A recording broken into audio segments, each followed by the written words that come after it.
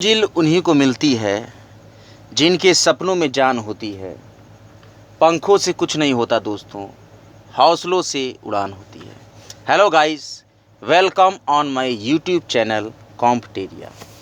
In the previous lecture of sociology PGT and UPPSC GIC प्रवक्ता sociology, we will discuss about Coser and Rosenberg sociological theory, Majumdar and Madan, Forts, Raymond Egan, and D.S.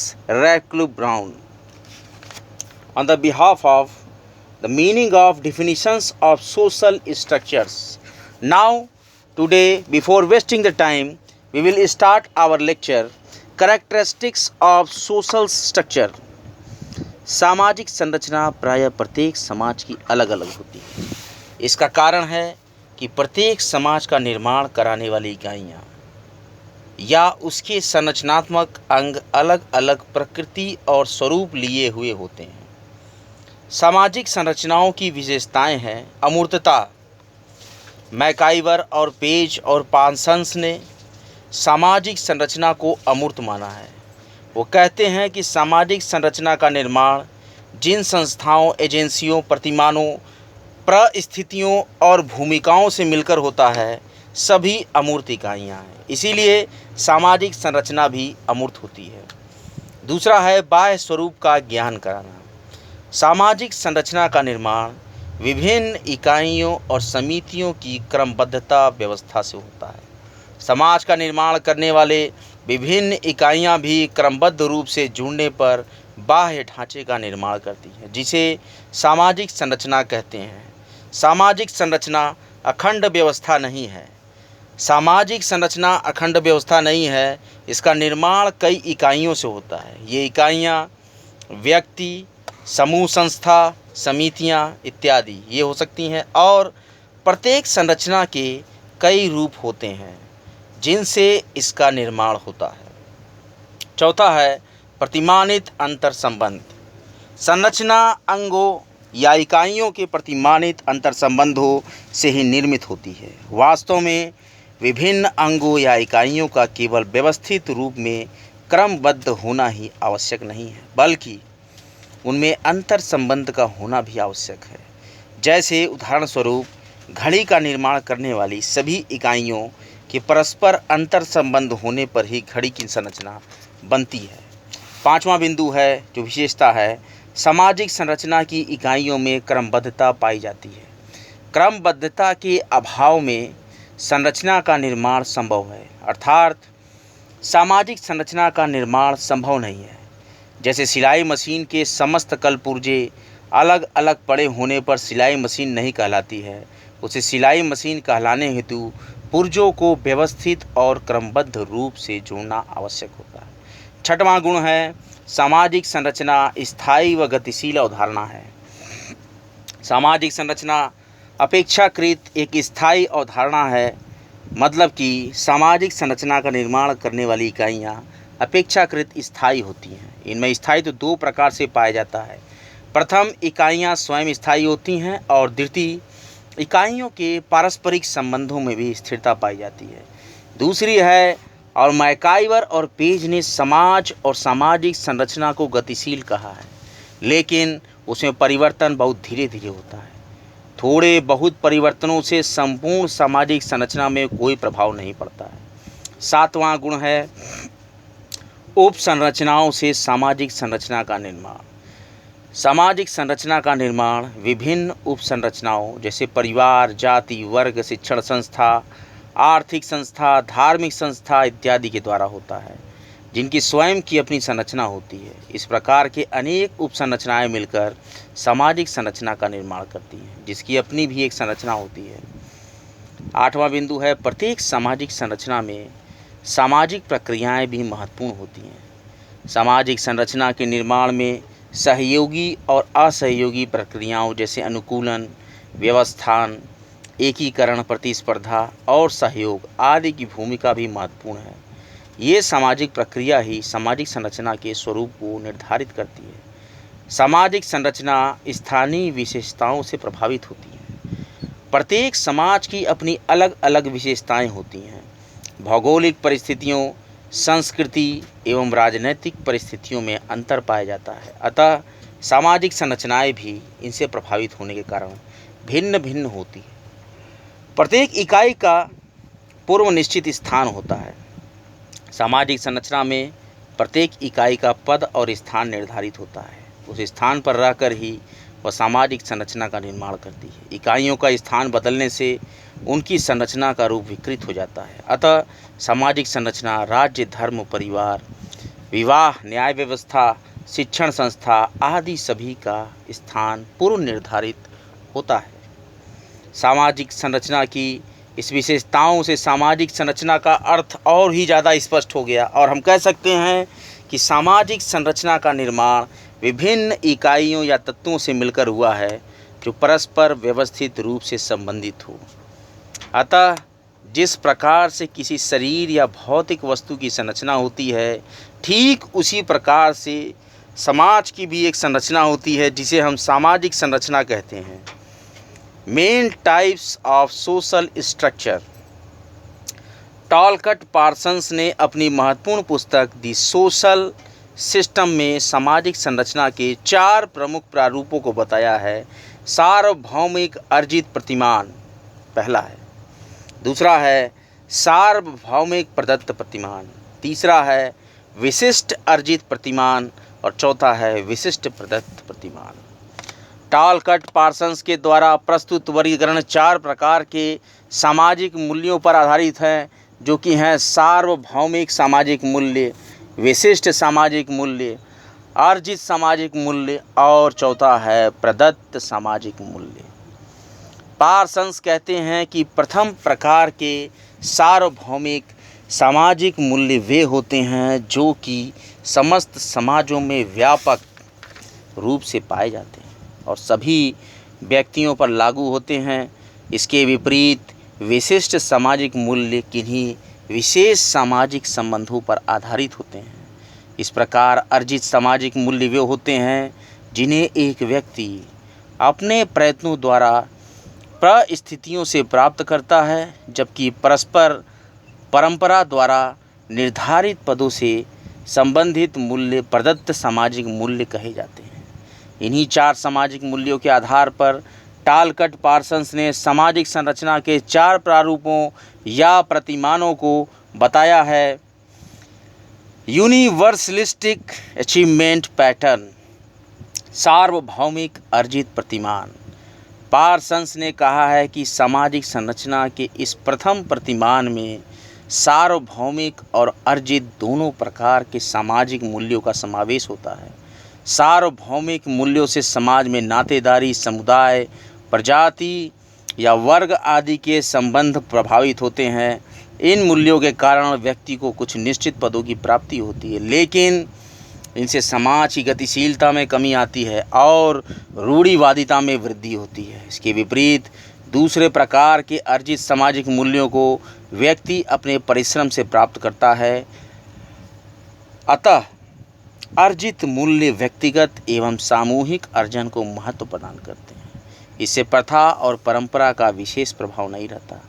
पूंजीवादी अर्थव्यवस्था अर्जित मूल्यों का एक उदाहरण है, जिसमें धन के अर्जन एवं संचय को काफ़ी महत्व दिया जाता है। इन दोनों प्रकार के सामाजिक मूल्यों के संयोग से सार्वभौमिक अर्जित प्रतिमान का निर्माण होता है। पार्सन्स ने कहा है कि औद्योगिक समाजों की संरचना इस प्रकार के प्रतिमानों की उदाहरण है। इस प्रकार के समाजों की संरचना में वर्ग व्यवस्था पाई जाती है जो कि सार्वभौमिक मूल्यों पर आधारित है। साथ ही अर्जित मूल्यों का भी महत्व यहाँ होता है। दूसरा है यूनिवर्सलिस्टिक एस्क्रिप्शन पैटर्न, सार्वभौमिक प्रदत्त प्रतिमान। पार्सन्स ने कहा है कि सामाजिक संरचना का एक दूसरा प्रारूप है। इसमें सार्वभौमिक मूल्य तो वही होते हैं जिनका उल्लेख हमने प्रथम भाग में किया है, लेकिन इनमें अर्जित मूल्यों का स्थान प्रदत्त मूल्य ले लेते हैं। इसमें अतीत और भविष्य से संबंधित दोनों प्रकार के आदर्श प्रतिमान में संयुक्त रूप से सम्मिलित रहते हैं। आदेशों के चुनाव में रूढ़ियों और परंपराओं को विशेष महत्व नहीं दिया जाता। फलस्वरूप व्यक्तियों के समक्ष आदर्शों की अधिकता रहती है। साथ ही परिस्थितियों के अनुसार इनमें परिवर्तन भी होता रहता है। पार्सन्स ने इस प्रतिमान के उदाहरण में आधुनिक वैज्ञानिक समाजों का उदाहरण बताया है, जिसमें दोनों प्रकार के मूल्यों का समावेश है। तीसरा है पार्टिकुलरिस्टिक अचीवमेंट पैटर्न, विशिष्ट अर्जित प्रतिमान। इस प्रकार के प्रतिमान में सार्वभौमिक मूल्यों की अपेक्षा विशिष्ट सामाजिक मूल्यों की प्रमुखता रहती है। पार्सन्स ने कहा है कि ये सामाजिक मूल्य विशेष सामाजिक संबंधों पर आधारित होते हैं। इन्होंने कहा है कि ये सामाजिक मूल्य पारलौकिक भी हो सकते हैं। इसके साथ अर्जित मूल्यों का समावेश कर सामाजिक संरचना के इस प्रतिमान को प्रस्तुत किया गया है। पार्सन्स के अनुसार प्राचीन भारत और चीनी सामाजिक संरचना को इस श्रेणी के प्रतिमान में रखा जा सकता है। मैक्स वेबर ने कन्फ्यूशियन चीनी सामाजिक संरचना का जो चित्र प्रस्तुत किया है वह भी इसी श्रेणी के अंतर्गत आता है। चौथा है पार्टिकुलरिस्टिक एक्सक्रिप्शन पैटर्न, विशिष्ट प्रदत्त प्रतिमान। पार्सन्स के अनुसार सामाजिक संरचना का यह अंतिम प्रारूप विशिष्ट एवं प्रदत्त सामाजिक मूल्यों के संयोग से बना है। इस प्रकार की सामाजिक संरचना में रक्त संबंध और स्थानीय समुदायों पर आधारित समूह पाए जाते हैं। नैतिकता का महत्व इस प्रकार की संरचना की एक विशेषता है। यहाँ विशिष्ट व्यक्तिगत गुणों को विशेष महत्व दिया जाता है। पार्सन्स के अनुसार स्पेन की सामाजिक संरचना इसका श्रेष्ठ उदाहरण है। इस प्रकार स्पष्ट है कि सामाजिक संरचना का अभिप्राय उस स्वरूप से है जो कि समाज के विभिन्न अंगों के संयुक्त होने के उपरांत एक निश्चित क्रमबद्धता के रूप में विकसित होता है। समाज के विभिन्न अंगों की प्रकृति एक दूसरे से भिन्न है, अतः प्रकृति के अनुसार ही सामाजिक संरचना के अनेक रूप होते हैं। स्ट्रक्चर एंड फंक्शंस, संरचना और प्रकार। समाज शास्त्रीय साहित्य में संरचना के साथ प्रकार की अवधारणा अत्यंत घनिष्ठ रूप से संबंधित है। प्रकार संरचनात्मक विश्लेषण के संदर्भ में ही समझा जाता है।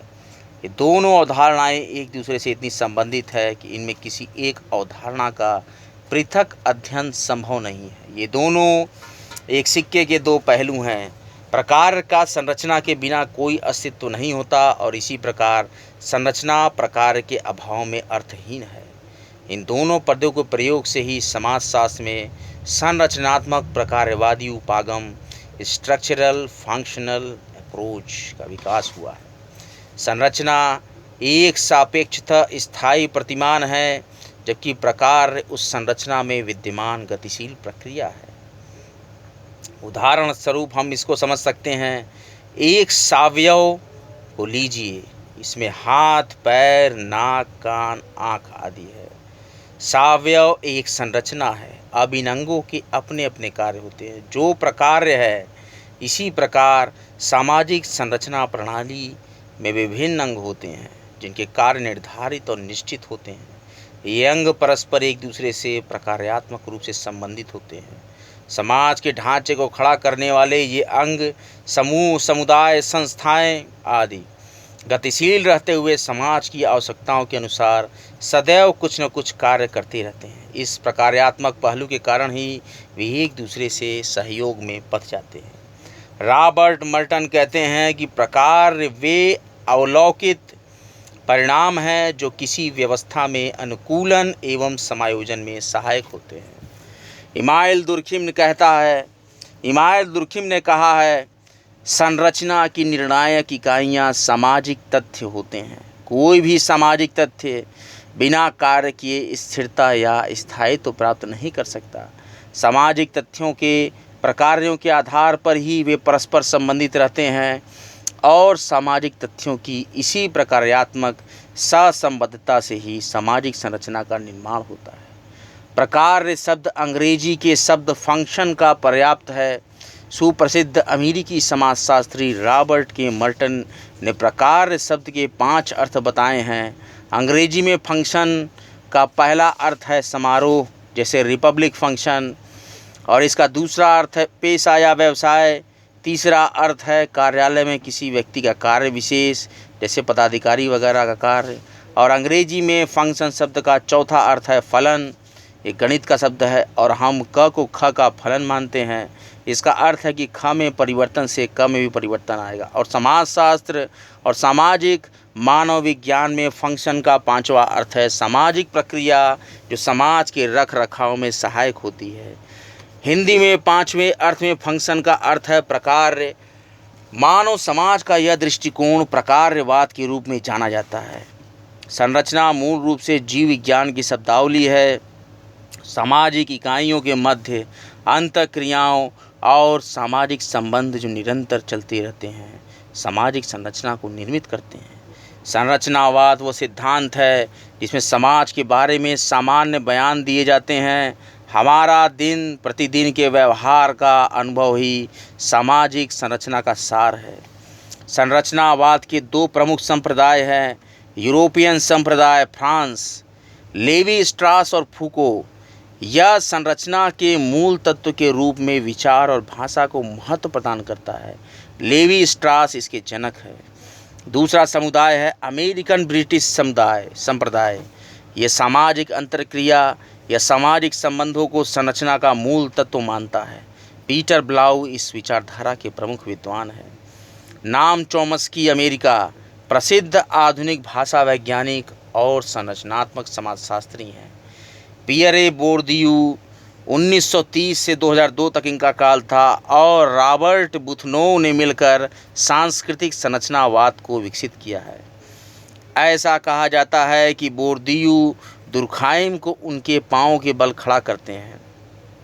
सिद्धांत के रूप में संरचना के वर्तमान व्याख्याकारों में यूरोपीय समुदाय के क्लाउड लेवी स्ट्रॉस और अमेरिकी ब्रिटिश सिद्धांतकारों में पीटर ब्लाउ का नाम विशेष रूप से उल्लेखनीय है।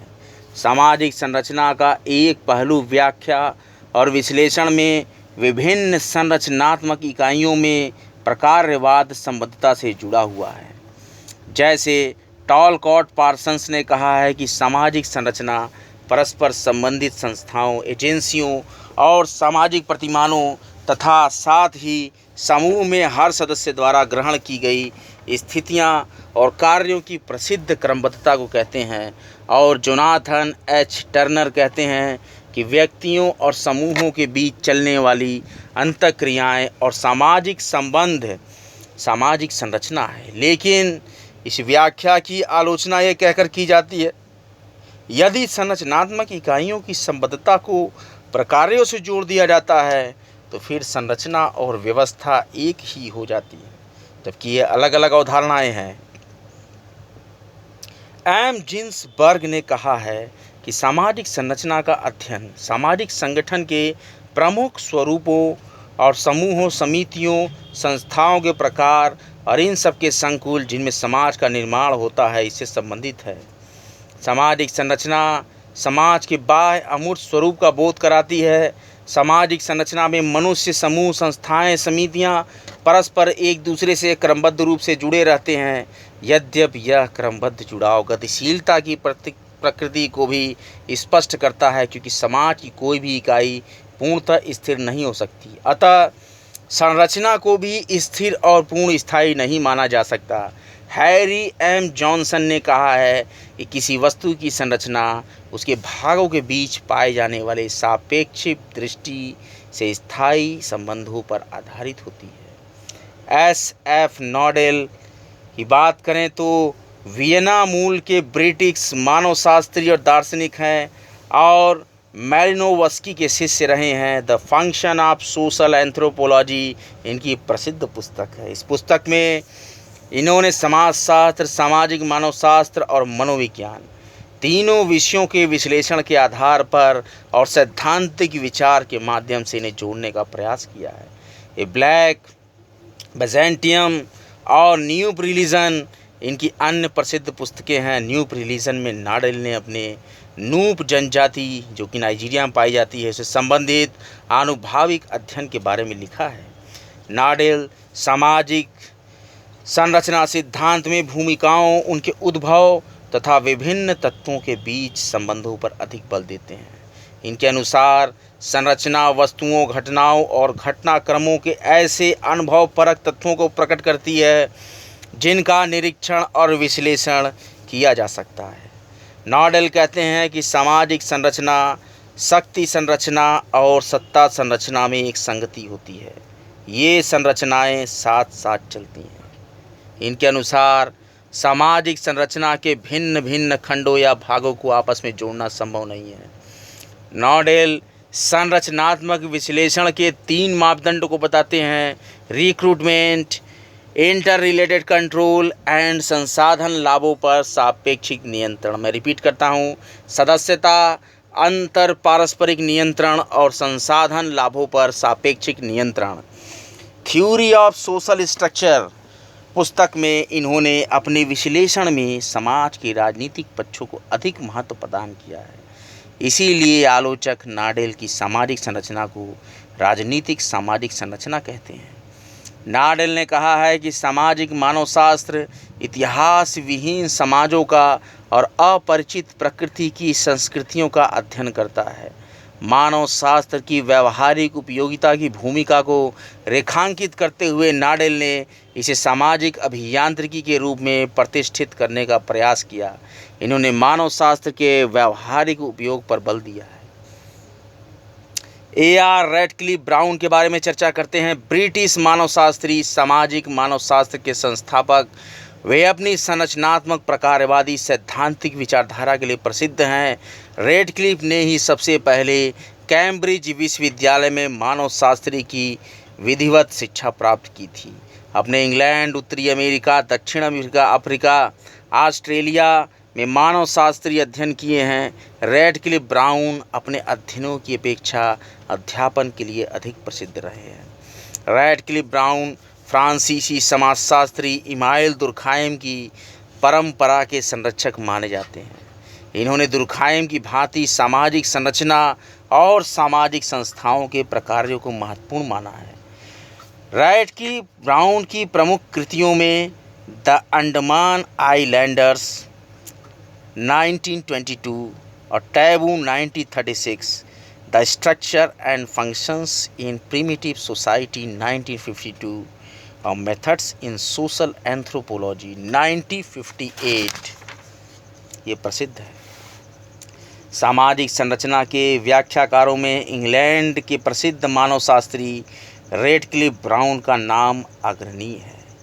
अंडमान द्वीपों, ऑस्ट्रेलिया और अफ्रीका के जनजातीय समाजों के उदाहरणों और नातेदारी संरचना के क्षेत्रीय अध्ययनों के माध्यम से ब्राउन ने सर्वप्रथम 1914 में सामाजिक संरचना को स्पष्ट किया और बाद में रॉयल एंथ्रोपोलॉजिकल इंस्टीट्यूट में 1940 में संरचना के विभिन्न आधारों और अंत में 1952 में अपनी प्रसिद्ध पुस्तक structure and function in primitive society में सामाजिक संरचना के विस्तृत स्वरूप प्रदान किया है।